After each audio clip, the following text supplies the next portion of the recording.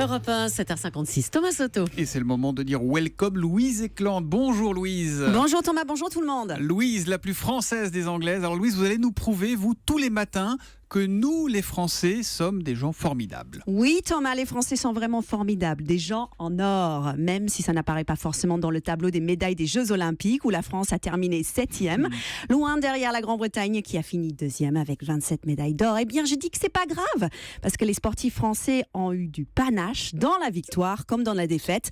Mon moment préféré de tous les Jeux Olympiques, c'est l'interview de Pierre-Ambroise Boss. Boss, c'est le coureur de 800 mètres qui a fini 4e, c'est ça? C'est exactement ça, parce qu'il déjà, il était interviewé par Nelson Montfort. Je suis fan de lui, il est comme moi, il sourit un peu bêtement en permanence tellement il est fier d'avoir appris une langue étrangère. Et donc Pierre-Ambroise Boss, qui vient juste de rater le médaille d'or, de bronze d'un poil, décide de s'adresser en direct à son chat.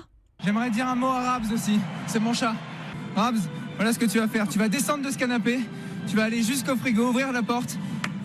Tu vas ouvrir une bière et tu vas la boire cul sec pour moi. C'est génial. C'est tellement mignon. Et pour moi, ça vaut toutes les victoires anglaises. J'ai vraiment fondu devant ma télévision. Et si vous me permettez de citer Jeanne d'Arc, je préfère fondre avec les Français que de gagner avec les Anglais. Jeanne d'Arc. Bon, là, c'est chaud quand même. Ouais, j'ai du mal à le dire. Bon, parce que oui, la Grande-Bretagne termine 2e au classement des médailles devant la Chine. C'est un exploit, mais on a l'impression que les Anglais n'ont plus que ça pour se rassurer. Depuis le Brexit, ils doutent de leur avenir au niveau économique. D'ailleurs, ils ont gagné énormément de médailles en or, en vélo et en aviron. On sent le pays angoissé qui prépare l'après-pétrole.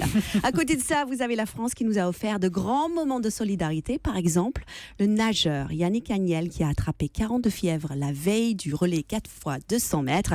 Résultat, son remplaçant a dû se faire raser le corps en urgence à 1h du matin dans son hôtel, aidé par ses 3 coéquipiers. C'est complètement magnifique et un peu érotique. J'aurais bien aimé être une petite souris pour voir ça. Ouais, parce que dommage, c'est que le relais a été éliminé quand même. Dommage qu'on n'ait pas eu des photos, oui. Désolée, je m'enflamme, mais c'est parce que là où l'Angleterre gagne mécaniquement, l'équipe de France perd avec solidarité. Et ça m'impressionne beaucoup parce que contrairement aux nageurs du relais 4 x 200 mètres, je ne me suis pas épilée pendant les vacances. En vacances, vous vous laissez aller alors comme ça, vous? Totalement, complètement feignasse. Et c'est peut-être pour ça que je m'identifie moins aux Anglais qui se la pètent au sommet des podiums qu'aux sportifs français qui finissent 4e comme Pierre-Ambroise Boss. Parce que moi, en vacances, dès qu'il faut monter 3 marches, je préfère rester en bas et viser la médaille en chocolat. J'ai tout mangé le chocolat. J'ai tout fumé les craves. Sabine Paturel. Ah, c'est bon, hein?